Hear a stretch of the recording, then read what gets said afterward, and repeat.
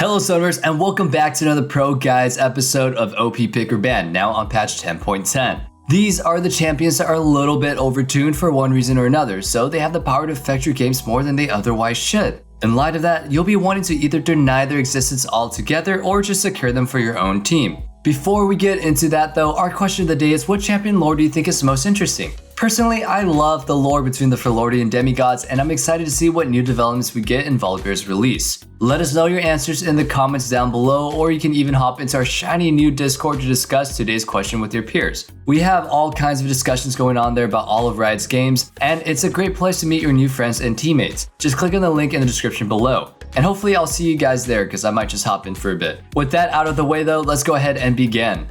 Maokai is our first top laner for patch 10.10. He's been on our list for a while now, and Riot's finally seen fit to nerf him, but it's far from substantial. It's gonna take more than a microscopic mana reduction and a mana cost increase to his Q to shake him out of the top lane dominance. Maokai is just too tanky for the amount of utility that he brings, and it's gonna take something pretty heavy to make top laners say no to everything that he has to offer. With free sustain to keep him in lane, a knockback with his Q, and an untargetable root with his W, as well as a free zone control with his E sapling, he's a lot to deal with, and that's even without factoring in his ultimate. Whether Maokai wants to use his crazy wide rolling route to engage or disengage is up to him, but it controls the flow of teamfights either way, and it makes him one of the best top laners in every roster. Make sure that you choose or ban Maokai so you could toss saplings and not the games.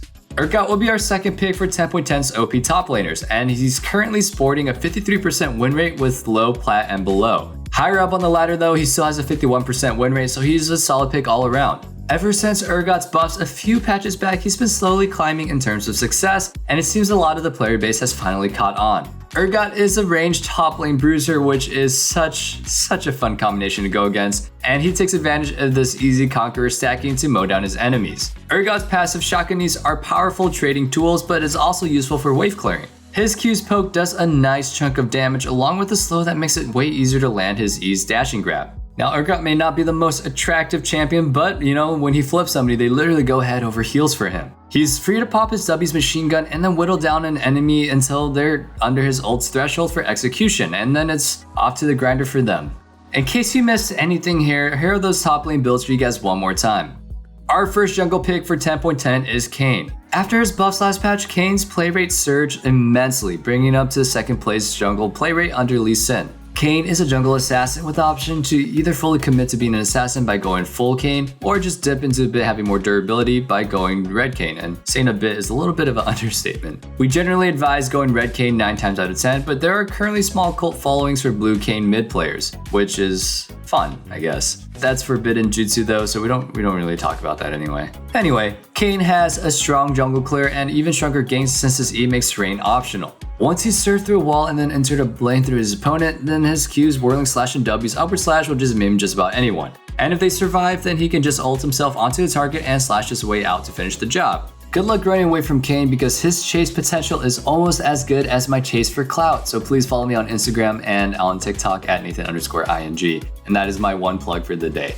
The second OP pick in the jungle for 10.10 is Evelynn. Everyone's least favorite permanently invisible seductress saw a massive increase in her ban rate after patch 10.8's buff. Evelynn is just another jungle assassin who wins by sneaking into enemy lane and popping them before they even know what happens. She becomes invisible at 6, but if she gets too close then she's revealed, but that doesn't matter at all since she only needs to reveal herself once to place a W charm, and then once she's ready to proc it with her Q's damage, then you're just screwed. But hey, at least you'll get to see her for a half second before she slashes you and then executes you with her ult.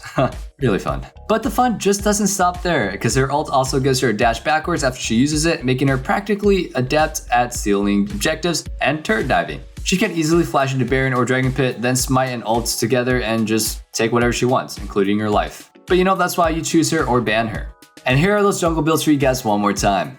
Fizz will be our first mid lane pick for 10.10, and while we're grateful to see the nerfs of Diana and Katarina, that just means that the price will be paid with the return of Fizz, who inherits the mid lane assassin throne. Fizz is one of the most slippery assassins in League of Legends, and he also seems kind of slimy, which also means that he can dart into a fight, kill your carry, and then escape before you can even do anything about it. His Q lets him dash through his target, which can be used for both damage or to evade skill shots, and his W is an empowered auto attack that resets and applies his DOT on hit, which is useful for both damage output and helping him CS under tower when he gets pushed in at the early levels. Fizz's E lets him hop into a pull and then he just becomes untargetable. And once he comes back down, he deals a huge damage in a circle around where he lands. In addition to being hard to pin down, Fizz is also an excellent roamer. His E's wave clear lets him leave mid lane with ease, strolling off to his side lane and then just use his long range ult Shark to engage on an enemy and get a free gank. Learning to use Fizz's mobility to the fullest takes time, but not too much, so he's definitely worth being able to play. If you don't want to learn him, however, just save your headache and ban him. Cassiopeia is our second mid lane pick. She's performing very well in high elo with a 52% win rate, and she has a decent win rate in lower elo as well. The thing about Cassiopeia is that she's a difficult champion to utilize properly, hence a discrepancy in win rates between the higher levels and lower levels of play. You're a DPS mage, so you can't just burst your enemies down and just be done. You have to maintain good positioning and teamfight awareness while you dish out your damage, or just land one Q and spam your E and then just kill everybody, but that's okay too. Her Q's poison is a nice dot, and her W is a wide range spray of poison that just grounds the enemies. Cassio's E is where most of her damage comes from, with his point and click damage not only refreshing off poison targets but also grounding her move speed. Cassio's ult petrifies enemies that faces her within range, so she's literally a stone cold killer. And while it's difficult to time, it can single-handedly win a team fight. Enemies turned to stone have an awful hard time escaping a flurry of poison strikes. The builds for mid lane should be up on your screen one more time, so check out those if you missed something. Varus is our first bot lane carry for patch 10.10. With a surprisingly high ban rate of 16%, it's safe to say that nobody wants to deal with him and his return of lethality Varus. As a champion, Varus is fairly versatile in what he builds, with the option to go crit, on hit, or lethality. But right now, with objective control being such a huge part of the game, poke lethality Varus offers a team much more value. Building lethality increases the damage his abilities deal by themselves, so his Q's arrows hit like a truck. And this is even more true if his arrows strike a target that's been fully stacked with his W's passive. For a little extra kick, Varus' W has an active that makes his next arrow do bonus execute damage based on the target's missing health. Varus' E can also proc his W's passive charges, but it also is valuable in the slow and the reduced healing it offers. Finally, Varus' R is a great team fighting ability that allows him to either engage or peel for himself, and it even automatically stacks with his W's passive for him to snipe them out for free.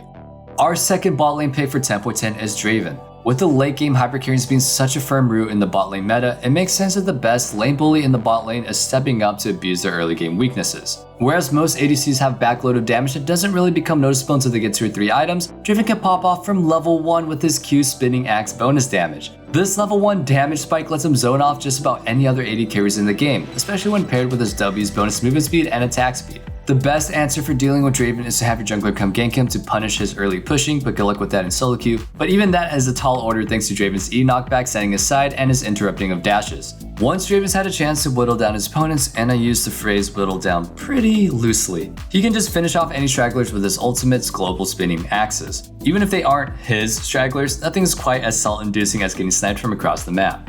Just like always, here are those bot lane picks for you guys one more time.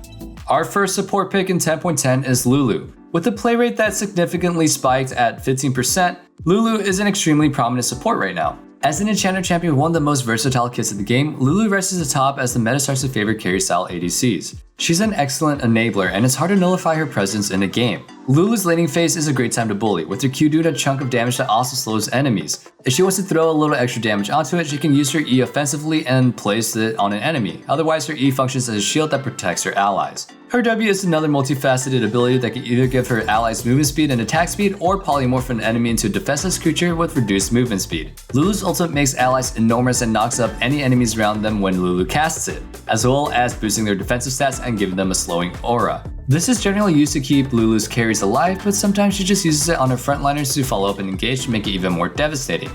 Janna is our second support for 10.10. If you want to win your games, then make sure you choose her or ban her. I'm sorry, that one was a pretty low hanging fruit. While the other supports have been nerfed, Janna has been left untouched, and she is currently rocking a 52% win rate. Just like Lulu, Janna is an enchanter that excels in protecting her allies and dictating what does and does not happen in the game. Janna's kit is loaded with peel options. With her Q's knockup tornado and her E's hefty shield, Janna's allies are generally pretty safe as long as she's around. Her W passively gives her movement speed, but she can cast the active on it to deal a little bit of more damage and apply a strong slow to her enemies. Janna's ultimate ability is the last resort ability to knock back any enemies too close to her to send it out and channeling heal to her allies in the vicinity. Or she can just use it in ARAM to heal her teammates when the health packs are down. I don't know, I don't play ARAM, I'm not a casual, but just make sure that you're not playing Janna passively in lane. She's an excellent lane bully, and if you're not harassing your enemies, then you're missing out.